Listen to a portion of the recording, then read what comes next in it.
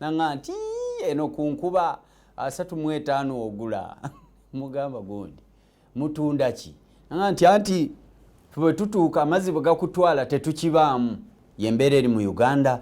Olwaleero tugenda kutunula ku bukugu mukwano gwange tulina banafu aba Tropical Bank ziri 10 ezakeeta ku ssaawa 2 ez'amakya amalungi ag'olunaku olwaleero. Ensonga mu nsonga bwe budde obutuufu twagala nnyo okutunuulira ebikukwatako gwe Munnayuganda naddala ali eyo atandikirwako. Oyinza okuba tolina nsimbi, bino bitera nnyo okujja ffe tutaagala kukozesa bakugu, ffe tetwagala kukozesa bakugu baseera. Omusajja okukubira pulaani y'ennyumba olwo lutalo olaba alya za bwereere. Abasajja bano abajja nti kupontira ttaka olwo lutalo nja kusimba wali oluwanyi lwange anaagezaako okutema enkumbi y'ettaka mutemeko omutwe. Ze ntalo zetukulyetinze ebyaffe byononeka buli lunaku bimogoka bye tukola tubiteekamu obukugu oba lwaki ebyaffe byononeka buli ssaawa tugenda bitunuulira lwaki tetwettanidde nnyo kukozesa bukugu mu bye tukola mu kuzimba n'ebirala bingi. Mu studios nina Mwami Kaita James nono Munawakiso Director Hallmark. Tugenda kubeera ffenna tulabe obukugu lwaki tubwewala bwe tuba tukola ebintu byaffe awo we twanyweza Munnayuganda okyuke wekka at least sanze okulaba. Waawo sebo. Oli bulungi? Sebo ndi bulungi. Era muli butya? Mukama atukumidde bwereere. Enkuba gyetwalira abantu mwe temuba mubeetwala. Tubalengera waggulu. Mudde eno mukalinaza mwe ne mulengera amazzi begatwala begatutte. Ery'eggombe teri ntobazi Wakiso. N'amazzi tegayinza kukutwala nga tewakyeteekateekera.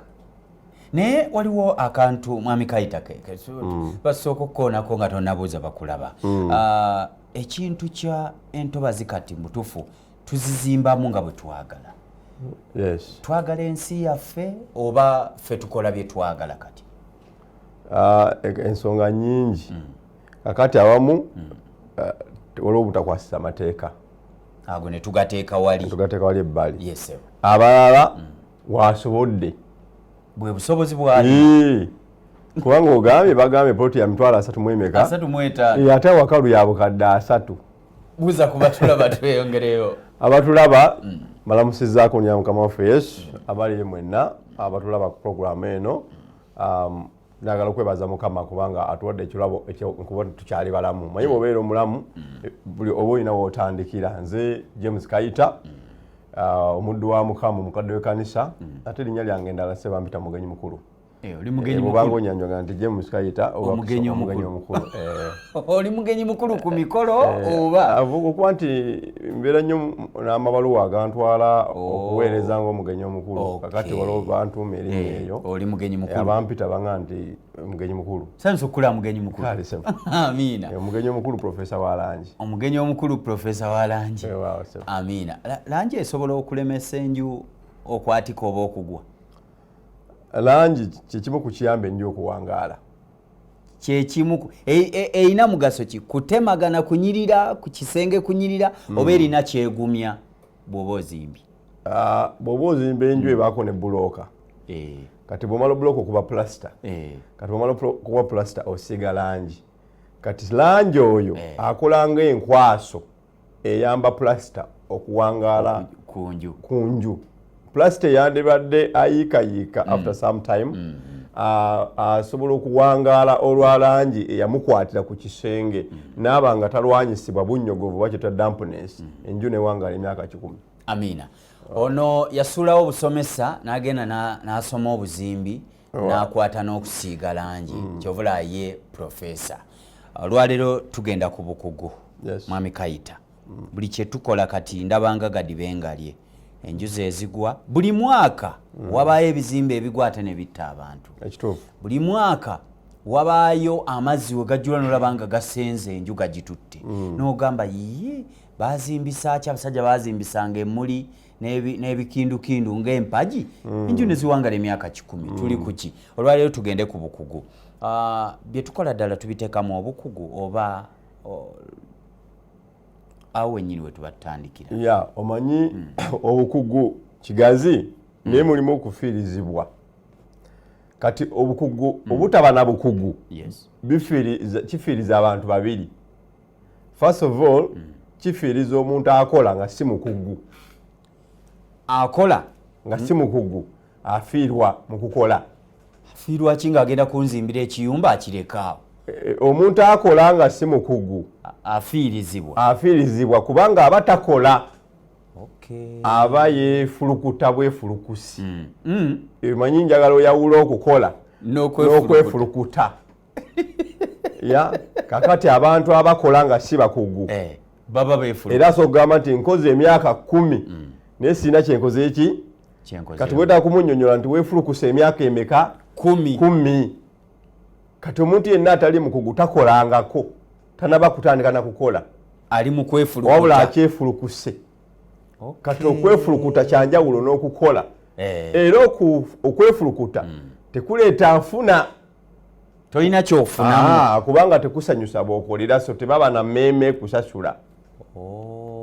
Kati n'oba ng'ofiiriziddwa era omuntu akola emirimu nga si mukugu atera nnyo okukola emirimu gya layisi.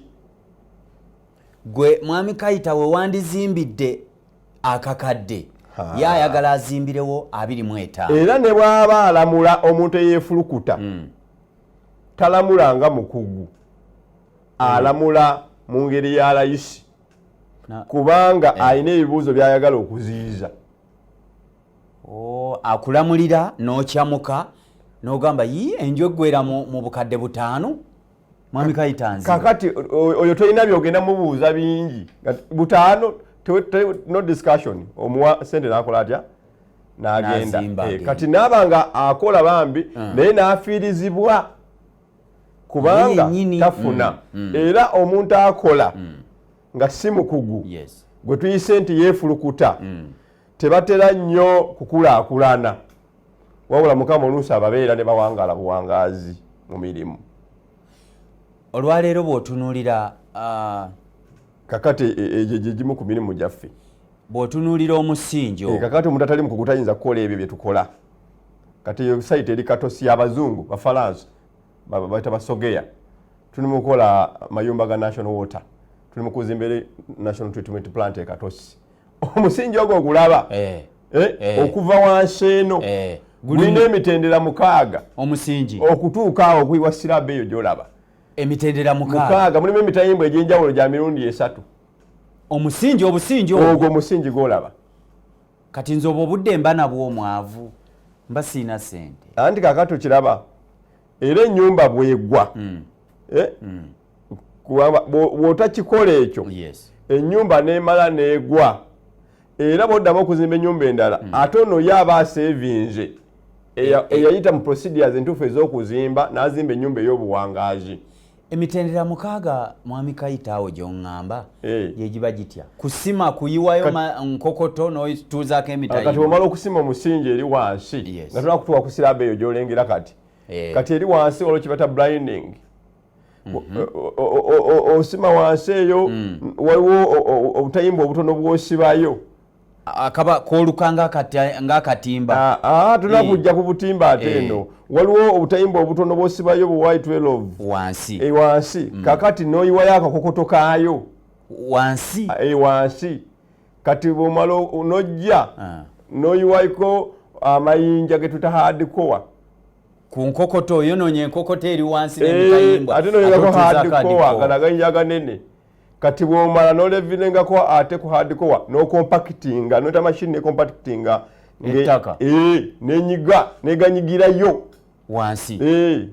Kati bw'omala n'ojja ate n'oyiwawoko level y'amayinja amalala ate n'ojja n'oyiwambazaako emitayimbwa ate n'olaba n'oteekako ekiveera n'olyoka oyiwa enkokoto ekola siraabu. Gwe musingi gw'ennyumba egenda okuwangala nga ne musisi bwejja enyenyanyeenyamu negati nedda kaŋŋende ewa ali wane Wakaita tewasoboka.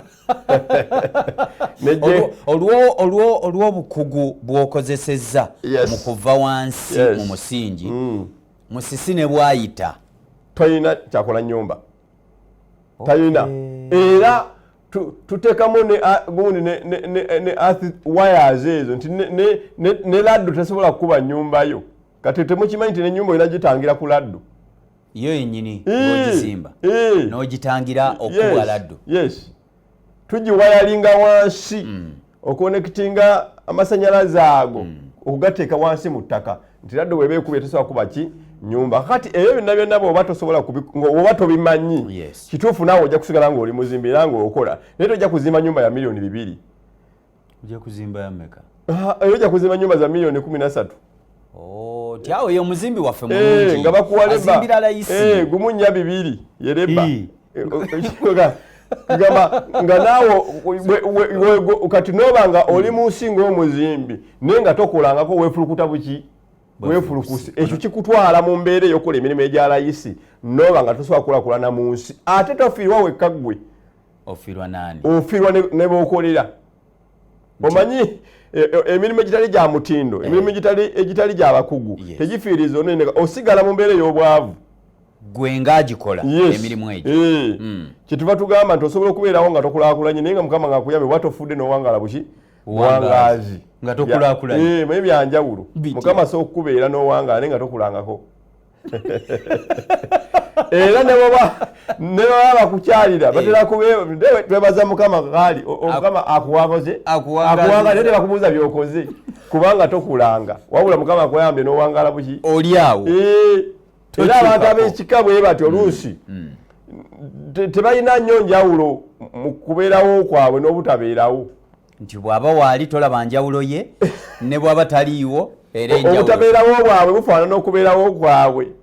Era tosangako mu famire omukazi agati ono omusajja taata w'abaana oba waali oba taliiwo byonna bye byonna byebimu awangaliddeko awo ewuwe.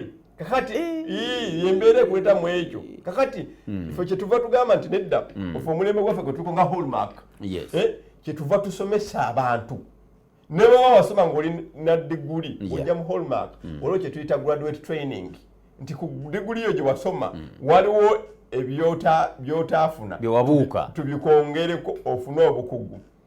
Nasoma obwa inginiya diguli yange njirina olwo nnyongeremu kinfu obukugu kye tuyita skill. Yes.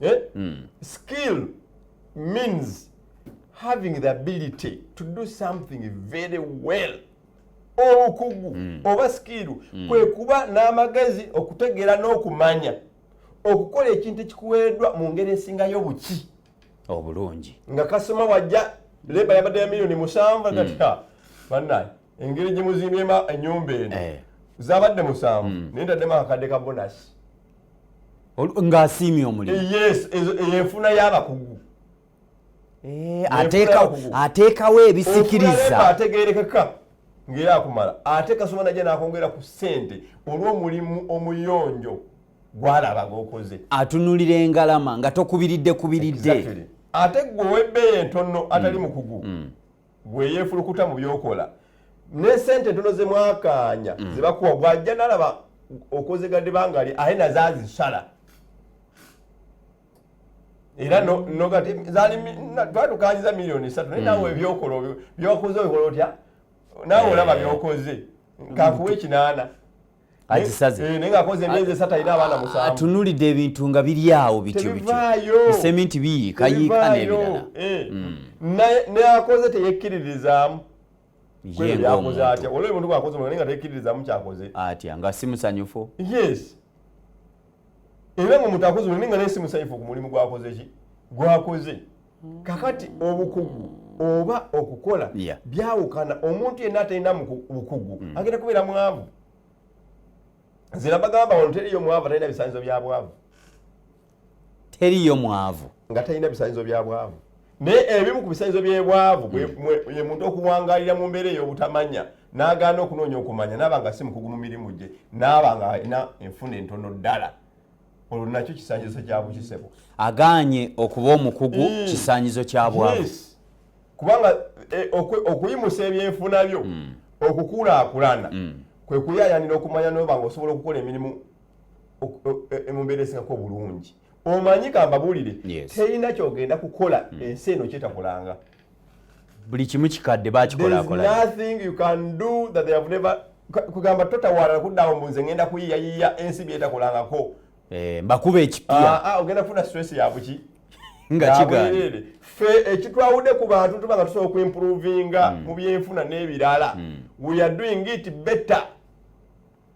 Akagambo better kekawula ensi katya akagambo better kekawula ensi nti gwe ozimba nange nzimba but I construct in a better way. Nze amayumba gange ngazimba bulungi okusinga gwe. Fena tuli bazimbi kyenva nkusinga enfuna. Abantu bazimba amayumba era tugalaba amangi ennyo naye enjawulo bajawulirawa obukugu babwawulirawa bwe bakuwa ennyumba. Yes. Ennyumba eba ne plan. Gwe omuzimbi olina okuba n'amagezi agakola plan interpretation.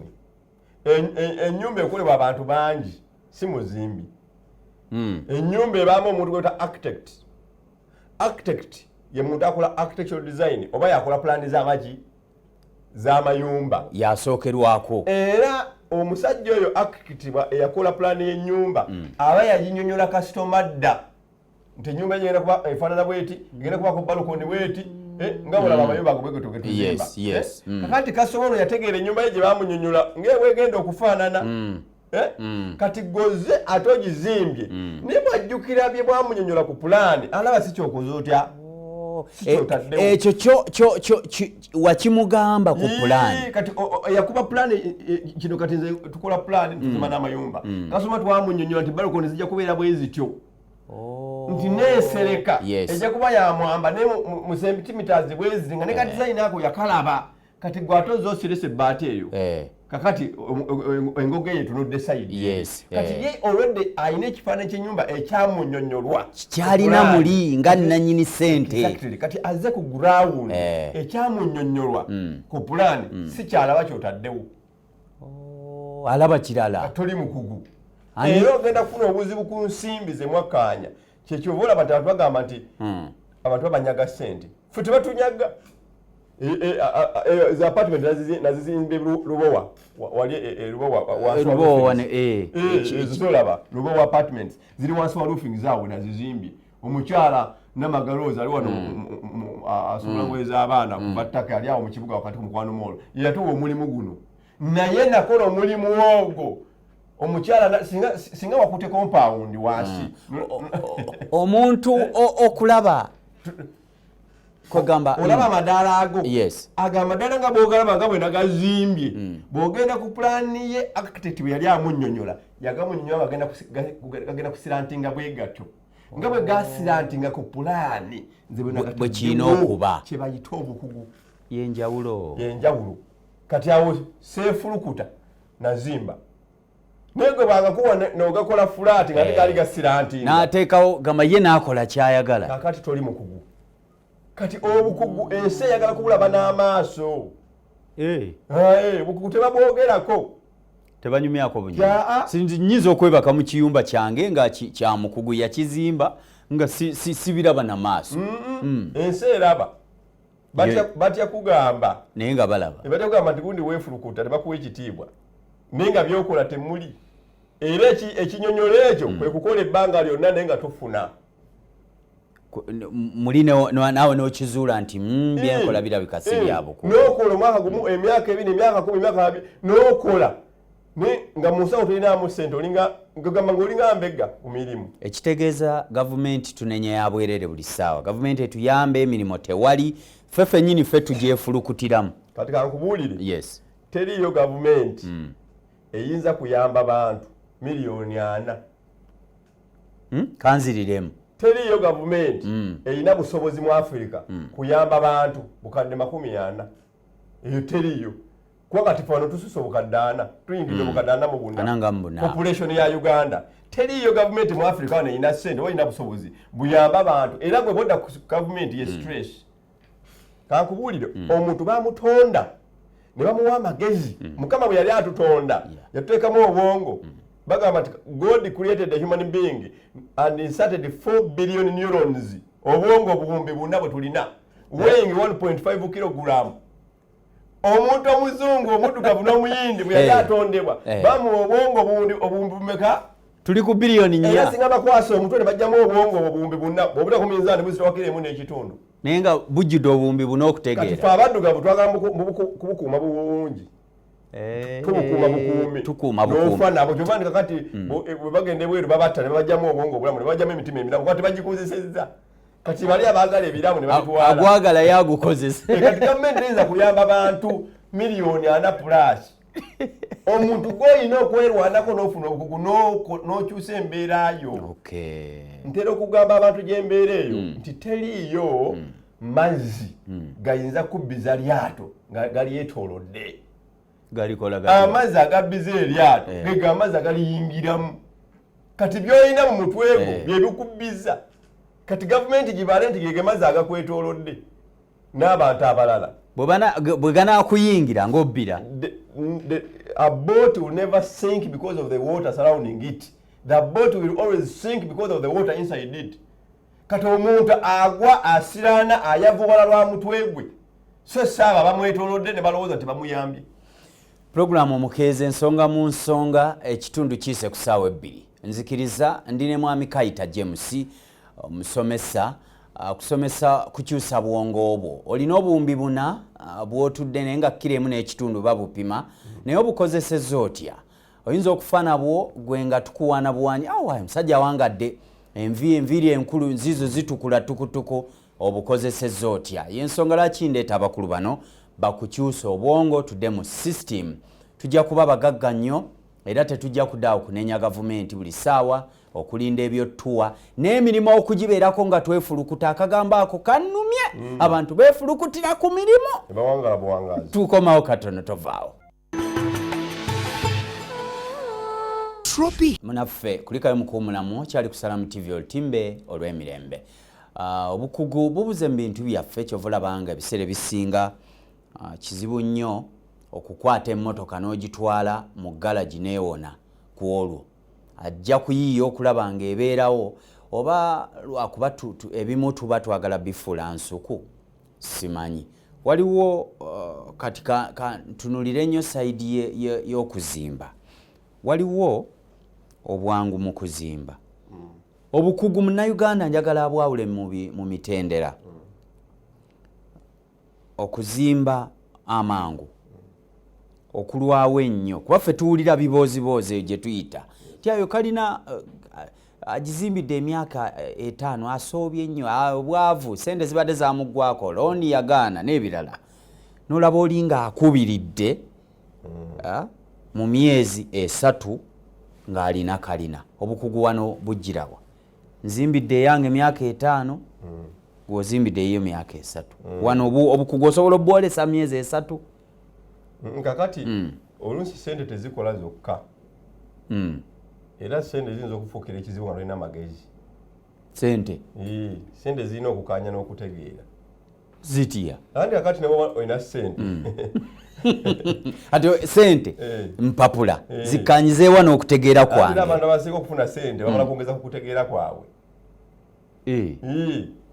era okwongera ku kutegeera kyekimu kukyongera ku nfuna ye sayansi ali mu byenfunaawo an idea can make a lot of money but money cannot make an idea amagezi gongeza ku nfuna era omuntu okufuna sente aba yongera ku kutegeera kwe otegeera kati kalina eyo okugizimba ng'olina sente neera negwa kubanga bwe tuba tuzimba ebizimbe bino ebya kalina waliwo ne wootuka nga sente ozirina naye ng'olina kuyimirira olindeko n'otuula omwezi mulama nga tokola naye nga batiyo olina omuyina ne sente nezaaliba zonna ng'ozirina kubanga bw'omala okuyiwa siraabu ya first floor nga toba kugenda waggulu wakyo tuyita chiwalingi process of a slab nti kalina tebanga nga nnyumba ya wansi nti bw'omala okuyiwa siraabu olina okugiwa ekiseera ekale buki bulungi chiwalingi process 30 days oba 45 days okusinza kuziba kuwadde kati gwe bw'ogamba nti no buli kimu okirina oyiwe siraabu yesterday leero otake okukola fule endala tuzeeko fule yoko ojja kuka ne sente zo bamanyi nti yalina sente y'okutegeera kwali wansi era ekyo kijjayo nti tewali mukugu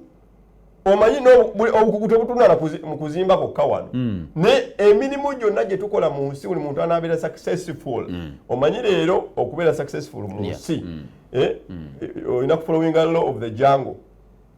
Law of the jungle states survival for fittest and elimination of unfit.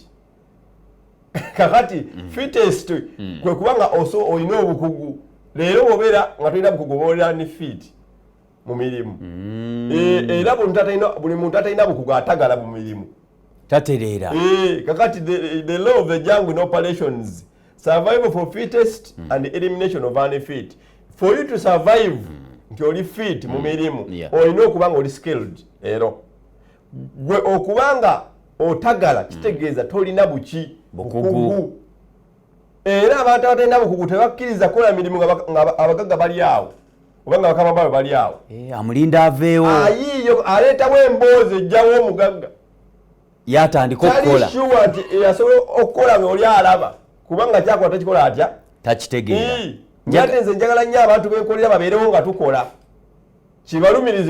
kibalumirize n'okwongera ku nsimbi nga balabye yes ajja koppa byakola abiwa omulala byokola obukugu tebabukoppa it's a process toza ne mbadde ntambula nenonda amagezi ku lubigi amagezi tebagalonda nga ssente okutegeera kulina process olina okwetamu process okutegeera ofune obukugu sina kuzimba kokka kugandi leero omukyala asobola bano abakyala abali mu saluuni abakola obulungi nga bakugu nnyo mu byenviiri togenda bugenzi mu saluuni ye n'akusiba ne woba olina ssente abakyala bamala kukola order njagala okusiba enviiri onosiba ddi nti ku Sunday naye ng'akubye Thursday kubanga abane layini y'abakyala baalina abamubuukinga edda olw'obukugu bwe ensi emubuukinga in advance naye nga abatalina bukugu bali wali beebase akuba mboozi bali mu lugambo kubanga tebakuŋŋanya kutegeera na kumanya kati obukugu bwe bwawula omuntu ku balala osobola okuvuga emmotoka n'ogijja ewakisa eri ewaffe n'ogireeta mu kibuga ng'onoonya piraawo naye nga omuyiseeko ennaasana nennaluvule nogende wa Uhuru oba nogenda ekyengera piraawo ke walya mu kibuga nga ndi kano kateekamu amafuta nojje wasebankyayo kali piraawo awalala nti kaŋŋende noonye piraawo ahajati yali muyitirivu ekyo nekikuvuza emmotoka ogenda oli tokirabanga kaba ndavugira emmere emmotoka kubanga omukyalo oyo alina obukugu mu kufumba piraawo ye alina okunoonyezebwa ate afune ssente zayagala kyebaita skill yateekamu bw'aba afumba teyeefulukuta afumba naye waliwo emmere gyolya nomandi neyabadde afumba eyafumbye yabadde yeefulukuta buki bwefulukusi kirabadde nja nti mwawule obukugu n'okwefulukuta bw'oba n'obukugu okola emirimu. You see, there is what we call labor and struggling. Yes. When you are skilled, you don't struggle, you labor. But when you are unskilled, you struggle. Binyonyole. Binyonyole. Nenga kitufu. Oba n'obukugu gamba ne bwoba ozimba osongesawo mu mwaterezaawo n'ozingane ku mikono naye bw'oba byokola okulafuubana kati mwawule okukola n'okulafuubana bw'oba tolina bukugu olafuubana buki oluusi nga nebyokola byoddamu nti nakutunuulira akuteeka ku bunkenke n'okola n'ensobe n'ogiddamu n'okola n'ensobe n'ogiddamu senge nawo kizimba nekyebakamu katono kiti olwokuba weeraliikirira oba wano watuufu ogamba olinga gwewali olabye omuyiga w'emmotoka nga mukama we waali ayinza otomera geeti emirundi 3 mu kiseera kyekimu naye ate waba taliiwo asobola okugiyitako nti tamanyi talina bukugu kati ali ku bunkenke kati olafuubana bambi n'obonaabona n'omaliza ng'ofunye enfuna entono ennyo kubanga tokuŋŋanyiza kumanya na kutegeera weetaaga obukugu leero ne bwoba okola ki leero bw'ogenda mu saaluuni ne bakusala ebigooli oddayo siddayo kubanga talina bukugu bukusala nviiri toddayo kumuwa ssente ate n'olwo oyinza okuba tomusasudde ovaawo tomusasudde kubanga toli musanyufu n'engeri gyakusaza enviiri naye nga y'amasanyalaze agakozeseza ne mashini amannyo gakendedde kubanga abadde akusala yeefulukuse talina bukugu yeefulukuta si wakusasulwa. Waliwo ebintu bye tuyinza okukwata for example nti gwe oli muzimbi olwaleero n'ojja ozimba omuzikiti enkya n'ogenda ozimbe sinzize ddala ekkanisa lino ojja ozimbe ennyumba eya woteeri n'eyange ey'okusulamu oba n'ojja ozimbe ekizimbe nga kya kusomeramu obukugu wano bwawukanamu oba byonna obikola nga obikolera kintu kimu omuntu nga mukugu mu by'okuzimba tayawuka azimba byonna okay kati ffe tuli bakugu mu kuzimba amayumba n'okusiiga langi. Tetukola soda, tetutabula bizigo. Omanye ekizibu kye mulina wano kati kamagambe bannayuganda.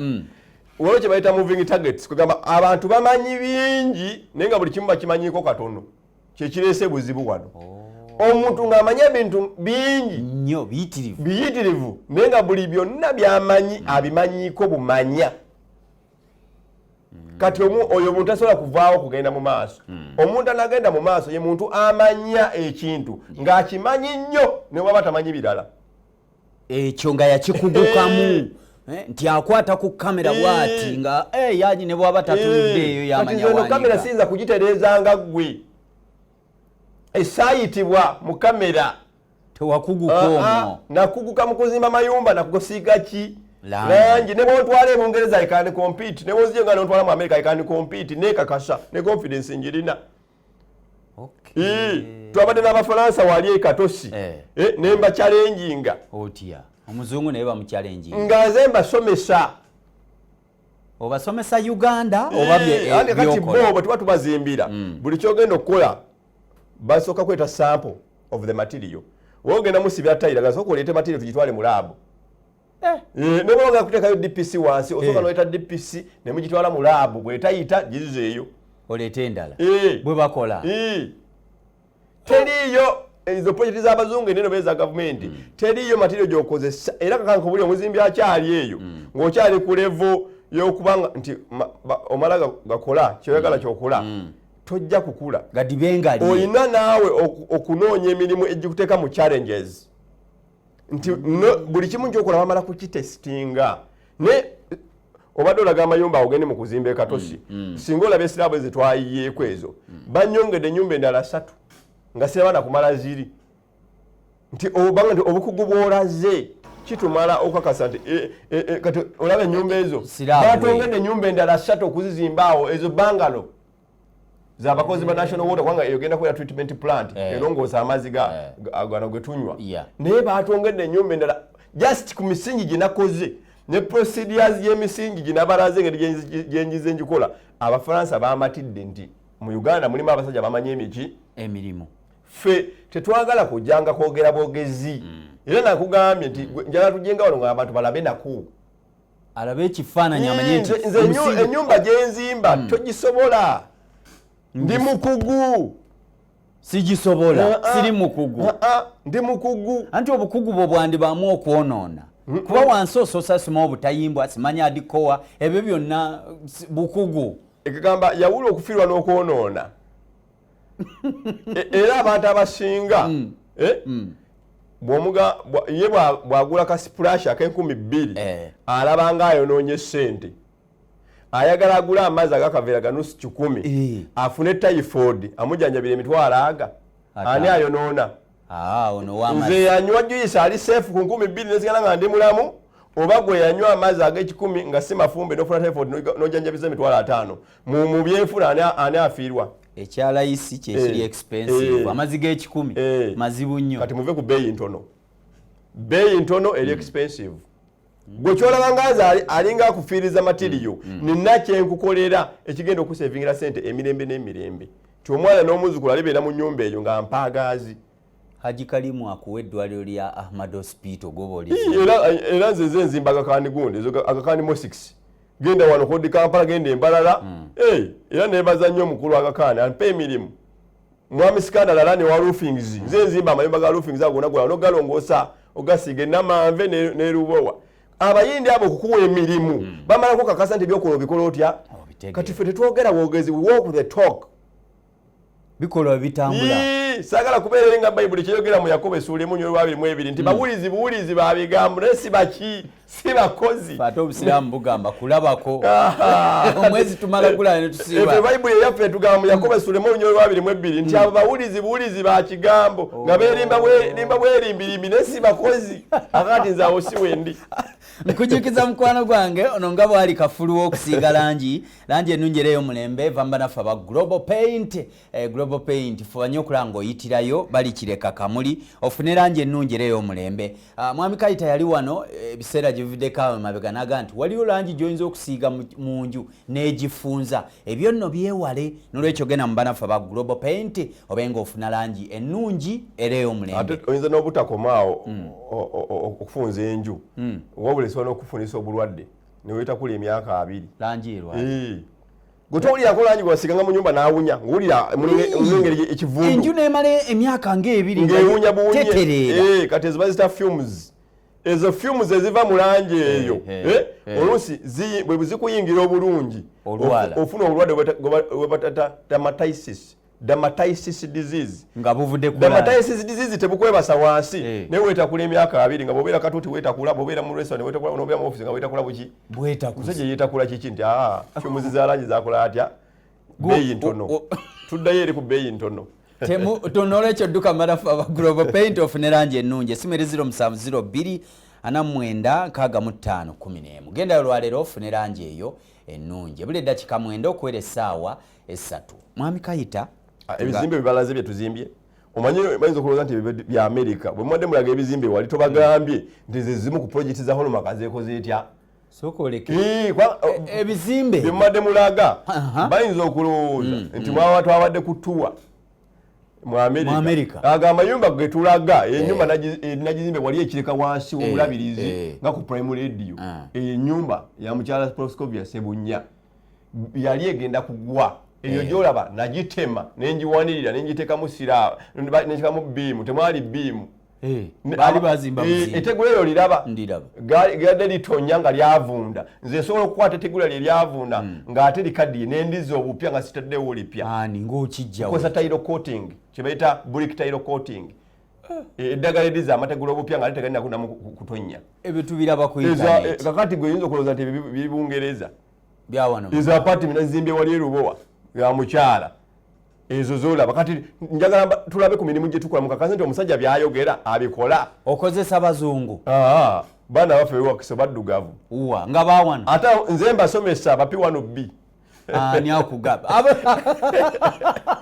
P1B nazimba ekyo kati kyebayita obukugu tumusomesa akwatako bw'amala okuyigga n'akuzimbira ekintu kyotagenda nga toyinza kuyitawo ekyambogo abo boolaba abaana bazimba amayumba naye nga tebaasoma nakugamba sagamba nti osobola okuzimba ennyumba mu Luganda nebeera beautiful nempakana kakati nja kubalaba nja kutwala ekatose obalaba abaana nga bazimba kakati aga amayumba ffe kati ennyumba zonna zetuzimba betwazimbira bebatuleetera abalala gwe wazimbira ekizimbe ekindi yagamba ennyumba eri wali Komamboga wali wesize empeerero wali nga wali eddwaliro lya KCC oyo Uncle Henry alina bweru mu Netherland naye yatwesiga ng'atuweereza ssente tumutera wa apartment ali bweru n'abapangisa nze mbateekayo nze landlord anti omukulu ali bweru mugenyi omukulu landlord mugenyi omukulu landlord abaana ba wano tulinamu kiri okwenafuya okukekkera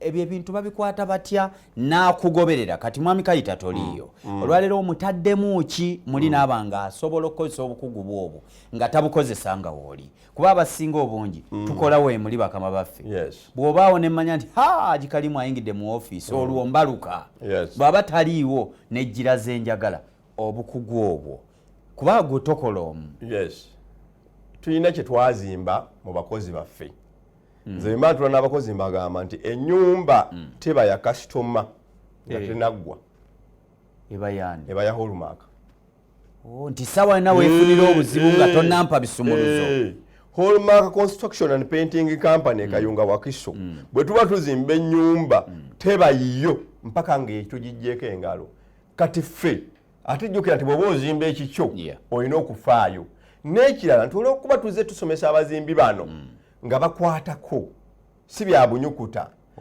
batuuka ku level nga beetengerera bunyukuta buno tobwagala no okusoma sikulwanyisa era I respect education naye okusoma kwaffe kwetagako ennyongereza kati kyangala munkwate bulungi ndi mu kulwanyisa muntaganye okwongerako ennyongereza gye bayita obukugu wakati ng'osomye genda oyongereko kwennyongeza gye bayita skill oba obukugu mu mirimu gyo kubanga okusoma kuli ku ssomero kusoma naye si kuyigirizibwa mu byawule kati weetaaga kubanga osomye naye ng'ate oyigiriziddwa. Omusajja avudde ekyambogo ne diguli ye yinginiya yasoma diguli era tumuwa ekitiibwa naye teyayigirizibwa ayongerako kyolwo anti alina okujja n'ayongerako kyetuyita graduate training ajja ebiri mu mpapula abiteeke to implement abiteeke mu nkola aleme okukwata olupapulo okugamba nti wateekako buloka 99 twagala oleete stilubenda gye wakuba ekifaananyi mu kitabo kyo tugikukwase stilubenda eriko kati ku mulembe guno otuwetere omutayimbwa mu ango ya 190 nga bwe wakiwandiika bwe kikulema oba tewayigirizibwa oba wasoma so bemusomesa nga bakwatako najja n'ayigira wa P1 be bakola ebyo ekonga ndi mu kitabo otegeeza kuba nti buloka ngumu osojjikoonako mu pepa buloka oyogera konjogere era ffe wetuba tukisomesa ogandika twalebuloka n'ogikuba engolo bweti weeyiika nga neyombi kati koona buloka wano teriiwo njirabamu mu biwandiiko kati olimanya watya okwawula buloka engumu n'ennaafu kubanga ebyo bigenda kweta obuzibu bakasoma bajja nti laba ennyumba bwe yatise laba enjatika gwazimba obubi ne tewafaayo nakumanya waliwo kye tuyita product knowledge fe tuba tetusomesa ku mulimu gukati siri kuzimba buzimbi tukuyigiza nti tuyita product knowledge omanye amatafaali amalungi gawukana gatya n'amabi sementi omulungi yaliwa lwaki ye mulungi omutayimba oguliko gweguliwa lwaki oleka Uganda baati nokosa roofings lwaki ebaati lyakategula liwangala ebbanga bweriti bwogenda kusereka ennyumba lwaki ogatagatta lwaki togenda n'opimisa ebbaati nga limalayo bwogata kinsobi ekyebaawo nti omuntu alaba ng'eyayongeredde ebibaati nga ate yakisipeniza ssente tuyigiriza abantu leka oyize omulimu naye oyize n'okumanya ebyo by'okozesa omusenyu ogwawula lwera n'atali lwera omwawula oba ndaba musenyu bw'okwata ku musenyu bw'oti osobola okumanya omulungi n'omubi ng'ogukuteko bugwasi oba yenna ogiyita nnyanja anti gwa nnyanja ennyanja kyeki ennyanja kyeki katosobegaba kati awo wali ekizibu kyammwe kati kyempita obukugu nti ng'omaze okubisoma mukama waffe yeebazibwe yongerezaako obukugu obukugu bwe kubimanya n'obitegeera ddala so togaana asomye ebibye nga gwe bwewateeka wali obusomesa ndi musajja muyivu wateeka wali obusomesa neweesiiga semini nabyo oyambadde esuuti nga otaddeko simanya bigundi eri mbeera ng'agenda ku nnyonyi elementi aipotekita gamboots eza sefute abaana bo tebakusekerera ate banjagala lwekyo ebyo byokola ebyo set an example beera ekyokulabirako ekirungi toyogera bwogezi bintu kati fe abaana baffe nze seetaka kubeera kusati nga abaana bakola kubanga bamanyi kye bakola buli levo bamanyi kye balina okukola kati kibi nnyo bannange okukozesa omuntu naye ng'olina kumutuulirira awo bwoti kimenya olina ogenda onoonye sente za leba ozimuwe ate olina okutuulawo olaba ensobi zakola atya tulaba nti abaakumenya naye oba n'omuntu ngakoolumanga nga naawe omanyi nti owowa eno paati ey'okuzimba ndi safe nsuubira mata nsuubira makula kangange ngende nwane noonya akasente kaabwe ke twapata n'okola ki obulamu bukwanguyira bw'oyanguyirwa ebibyo bwo okay twagala kumaliriza puroguramu eno mu budakiika kamu mu kintu bukugu bannayuganda tukoze tutya okukkiririza mu kufuna oba okwongera ku bye tumanyi ne tufuuka abakugu okufuna obukugu tukaba ssente nti awo ate okwongerako nyonoonye ndi mu diguli yange etuta emyaka 3 ate kati nyongereko ssente mbunoonya bukugu kyetaago okufuna obukugu olina okukkiriza okubeera omumalirivu okubufuna olina okulemerako kubanga nabo bwetaaga kulemerako bw'okuwamanga obukugu tobufuna weetaaga okuyaayaanira okumanya okufuna obukugu kubanga ne bw'oneekangabiriza nga tomanyi ebikolwa byo bijja kuvaayo ensi emanyi nti tokola otya tomanyi weetaaga okukkiriza okubeera mu mbeera eri uncomfortable manyi oyinza okuba nga osomye naye nga tolina mulimu sooka okkiriza ogende mu training ya hallmark okusoma kuno okwongereko obukugu kubanga olina n'omukisa nti tukukuza mangu wawasobola ki wasoma n'okusoma naye be comfortable with being uncomfortable so that you can be comfortable kkiriza embeera ekunyigiriza kati esobola okuteekateeka embeera etanyigiriza enkya ekyo bwonna okikkiriza lwaki ogamba nti njagala kufuna kiralu oli mulalu tulina abavuga abagala okufuna kiralu nga si balalu omuntu atali mulalu tafuna kiki kkiriza ogende mu mitendera emituufu okuŋŋanya okumanya n'okutegeera oyongereko obukugu ku ebyo by'okola ensi ekuyaayaanire. Omuntu afunye obukugu afuna ki? Afuna ebintu bisatu. Omuntu ayifunye obukugu ekisooka akola ebintu eby'omugaso eri eggwanga nga bula mahoro makabwekola ebintu by'okola biba bya mugaso eri eggwanga. Omugaso okwongera ki? Okola ebintu eby'emutindo eri abakwetoolodde era ne bakuyaayaanira n'obwenjawulo. Yes, ne bakuyaayaanira kigambo ekituufu kyenjawulo okukozesa wano. Ekyokusatu ofuuka ow'omuwendo eri ensi. Ebintu by'okola bifuuka eby'omuwendo. Ebintu eby'omuwendo byennyini byeyitira abantu. Bagamba nti work hard, success will make noise. Otuuka nga tokyalina kwogera kandi nze seetagana kwogera nnyo wano. Nze nabaga nti wano siranga bizinensi nanga mukisa. Olanga mukisa. Siranga ngako bizinensi wano nanga mukisa eri abo balowooza nti batwetaaga okukyusa obulamu bwabwe. So obukugu bukuyamba kubanga okola ebintu eby'omugaso eri abantu. Okola ebintu eby'omutindo eri eggwanga abantu ne bakuyaayaanira. Ate noba nga ozimbye omuwendo mu ebyo by'okola. Olwo noba nga osobola okukulaakulana okuva w'oli okugenda awalala. So buli muntu asobola andaba oba mpuliriza amanye kiki kyafuna mu kubanga mukugu oba kituta skill.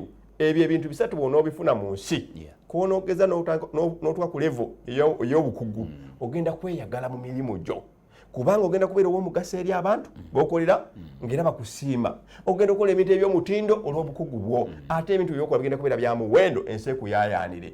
Olwo naawe obe ng'osobola okukkiririza nti omuntu asobola okukulakulana n'ava wano n'agenda awalala era ajja kuva mu mbeera ey'okwekubagiza.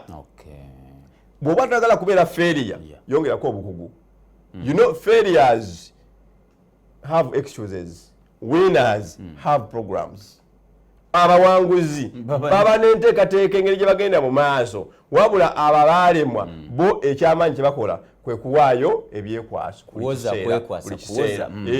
Sementi wano yagize bwati. Naye nze temundabwe ani ne mumpi. Famire yaffe temugimanyi. Bwe mulaba muntu ava mu famire yandikoze ebyamaanyi. Ebintu nti abantu abalemeddwa mu nsi balina ebyekwaso mu kifo ky'okuba ne programu ebatwalawa mu maaso. So bakkirize batunoonye twongere ku kumanya bafune obukugu b'improvinga emirimu bafune ku ssente eziyinza okubatwala mu maaso. Nammwe abalina amayumba gammwe nga mulina ebizibu by'amayumba ensobi ezo ze bakola construction mistakes mutunoonye tetuli babbeeyi. Ffe sente zaffe zituzimbira ziri wansi. Omanye omukugu atakyajinga ssente nnyingi kubanga omulimu agukola mu bwangu aba agutegeera buki bulungi. Makanika asobola okukola emmotoka emirundi ena nga bw'agiza yamulemye n'akugamba miliyoni 2. Ono makanika ategeera agikola mu dakiika 3 kubanga kyakola akitegeera nakusaba mitwalo 10 ameka bano kye batategeera. So ffe abakugu tukyajigana ssente ntono kubanga bye tukola tubitegeera tubikola ku speed ey'amangu naye nga bwe tutuuse mu nsi yakuvuganya we are in a competitive economy. Nze naliko mu langi mu kampani naye omuntu bwe yagala nga langi bwe twabiranga mu pikoko ng'olina kujja n'owaayo ssente n'otulinda weeks 2 tukole langiwo. Leero okola langi olina omufulumya n'omutwalira omuntu ewuwe aye n'omumuwa ku bbanja kitegeeza ki ndi waliwo okuvuganya mu katale. Bwe tuba nga tuli mu nsi kati yakuvuganya ekiyinza okusitula okubeera ku level y'okompitinga kuba na bukugu. Competitive economy wetaka kubanga ositudde okutegeerako era ng'oli mukugu naawe osobola okuvuganya mu katale ofune ku ki ku ssente. Gambo ke waleka wano k'osiibuza ka kuzimbira baavu simanyi bw'owakivunula omuntu omukozi afuna musaala gwe mitwalo 5 mitwalo 6 mitwalo 4 wamusuubiza omuzimbira. Olwokuba Mukama atuwadde omukisa netufuna obukugu ne tukolera abantu abalina ku ssente badde njogera ku bitongole bye tukolera batusasudde bulungi kubanga bo abantu abo abanene bw'okola emulimu omulungi okumusanyusa ssente zazikuwa buki. Kale tugamba nti naffe omanyi Bayibuli egamba nti bw'ofuna omukisa beera ow'omukisa eri abaki abalala. Twagamba nti if we are blessed we should become a blessing to others. Ne tuteekawo embeera ne bana abatalina ssente zimala kuzimba amayumba gaabwe twabaterawo ka scheme ke tuta Hallmark Construction Credit Fund Program okuzimba ennyumba ku kibanja mpola. Oli musomesa oli musawo olina akalemu tojja bwe batokola njagala balina akasente ke bafuna buli mwezi tusobola okuterawo akayumba n'osigala ng'otusasula mpola mpola buli mwezi tukola endagaano tuddawo akayumba ka miliyoni 2 sasulako half omala kumpa ku half nange nkutaddemu half sente zino zenkutedemu milioni 10 zenkubanja tukole endagaano nti buli musaala gwange gujja otwalako emitwalo ameka 4 nkusengule nkujje mu bupangisa nkuteke mu nyumba yo mu kyo ky'okusasula ennyumba etagenda kubeera yiyo rent ezo sente zobadde owa landlord zennyini zoba onsasula nga nkutadde mu nyumba yo tekikola makulu so ndowooza nti ogwo gwe mukisa gw'abantu abatalina sente zaawamu kuzimba olumaka kyezeyambako era ssebo tuzimbye ennyumba ezisukka 205 mu myaka egi nga z'abannayuganda era tukiyita kibanja mpola puroguramu ejja kujja nayo wano kale wetuli oli ku Salamu TV nsaba tusiibule eggwanga weewaawo abatulaba era abatuwuliriza twagala okubeebaza kubanga n'omuntu okubeerawo n'akulaba n'akuwuliriza kikulu nze tulowooza nti information enyo tubawa nkulu nnyo mu bulamu bwammwe temugireka bulesaawo bw'owulira nga waliwo ekikukwatako oba nga kikolera amakulu kitwale era okiteeke mu nkola twagala okubaagaliza omukisa gwa mukama waffe era tubasabira mwenna mubeere bawanguzi ffenna tusobole okuyimirira tugambe nti mukama waffe atukoze bulungi naye byonna by'okola teekamu ku maanyi tobeera awo nogabugambe nti nze tebijja kugwa bugwi emmaanu tegwa n'abaana ba Isirayiri bageranga ne baginona gyegudde ne bajja ne bakola batya bagireeta Yesu bwe yayita abantu wano abakoyera abansowerera yabagamba mujje gyendi ebintu bitaka kutekinga step Yesu yagenda gye bali yaga nti mujje gyendi mwe n'abakoyera abakozi batya wakati nga munyigirizibwa nga mugiganye namwe muteke mukunwaye mujje munoonye okumanya omwe gukubule naye ng'olina okumanya omuntu alina okumanya leero nga ali skilled emirimu weegiri naye okibi nti abantu abangi banoonya emirimu nga tebalina bukugu kati ate nga baagala okugaba emirimu baagala bakugu ekyo ne kiba nga kitukuba mu katale nti emirimu giringa egibuuze naye singa onoonyongera ku bukugu bwo kijja kwanguyira okuba nga naawe osobola okufuna omulimu n'okyusa obulamu bwo mukama waffe abatukuumire sebo tuyanze webale kujja Uganda yongera okufuna obukugu abantu bano nze bwe mbakuleetera nze mukwasa bukwasa eyo gy'oli tambula muzadde leka ate kuyandayanda omwana ate njagala omwana wange kanonye milioni 7 agende ebweru era ajja kudda nga tafunye bukugu so nga atasobola okusigala mu Uganda n'akozesa obukadde 2 oba 3 oba 2 kitundu n'asigaza obukugu kitegeeza nti kyeyo kyakubye emyaka 4 kyewateka milioni 5 tafunye mbukugu wabula kino ate afuna obukugu nga ate asigadde mu nsi ye teri kirungi nga nsi yo funa obukugu ng'obufunira mu nsi yo okola ebirungi bakunoonye omuntu akola ebirungi ayayaanirwa nze Ibrahim Ali yakwageza byonjagaliza banaffe aba Halmaka director gwe mbadde naye omwami Kaita James okufubutuka wali ku Wakiso so nokuba wesimu yaffe ne batukubirako 07 45 9 6 tuli wali Wakiso ekayunga ku Kalina opposite Church of Uganda bata St Paul ku katalawe ekayunga ku Kalina mukama yateekawo waggulu kale nkwagaliza benjagaliza nkoze ne Musini Kalisa ate kosa muganange Abdumajidu mu control room n'abala bakulu ku ntiko Malu Busulwa Shem Mustafa Mutuhe ne bonna kulaba nga tutambuza kintu kino kitambule gwe muna Uganda obeeko ne at least kojja ko gambe Salamu TV nafunirako obukugu omulimo n'okufuna ebirungi pera bulungi akuume lwakusatu gendo yiye muogo ate inshallah tusinkane nja eno ye Salamu TV.